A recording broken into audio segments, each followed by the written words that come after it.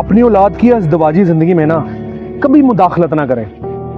آپ نے ان کی شادی کر دی ہے، آپ ان کو رائے تو دے سکتے ہیں، لیکن ان کے معاملات میں فیصلہ کر دینا یہ ٹھیک نہیں ہے۔ آپ کا کردار اب بدل چکا ہے۔ اگرچہ آپ کی محبت میں کوئی کمی نہیں آئی ہے، لیکن اگر آپ ان کو اپنے اصولوں کے مطابق چلانا چاہیں گے نا، وہ بے شک کوشش بھی کریں گے، لیکن ایک دن آئے گا کہ آپ ان کو اپنے سے دور کر دیں گے۔ اب آپ اس نئی قربت کا حصہ نہیں ہیں جو انہوں نے آپس میں قائم کی ہے، اور یہی دنیا کا دستور ہے۔ بہت سے والدین مدد کرنا چاہتے ہیں، لیکن وہ انجانے میں ان چیزوں کو توڑ دیتے ہیں جنہیں ٹھیک کرنا ان کا کام نہیں ہوتا، اور بلا وجہ دی گئی نصیحت نا عمر بھر کا زخم بن سکتی ہے۔ ایک چھوٹی سی تنقید ان دونوں کے درمیان شکوہ پیدا کر سکتی ہے، شک پیدا کر سکتی ہے۔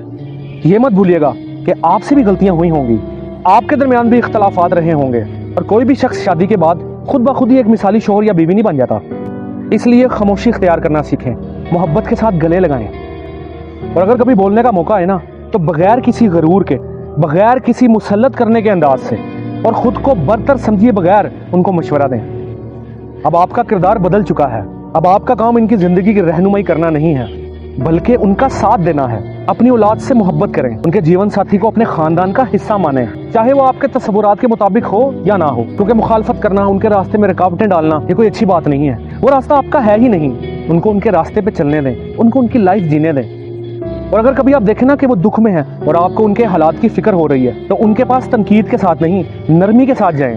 کبھی کبھی ایک بہترین مدد نا صرف گلے ملنا ہوتا ہے، اس کی بات سن لینا ہوتا ہے، اور صرف یہ کہہ دینا کہ بیٹا میں یہاں ہوں، جب بھی تمہیں میری ضرورت ہو میں یہاں ہوں۔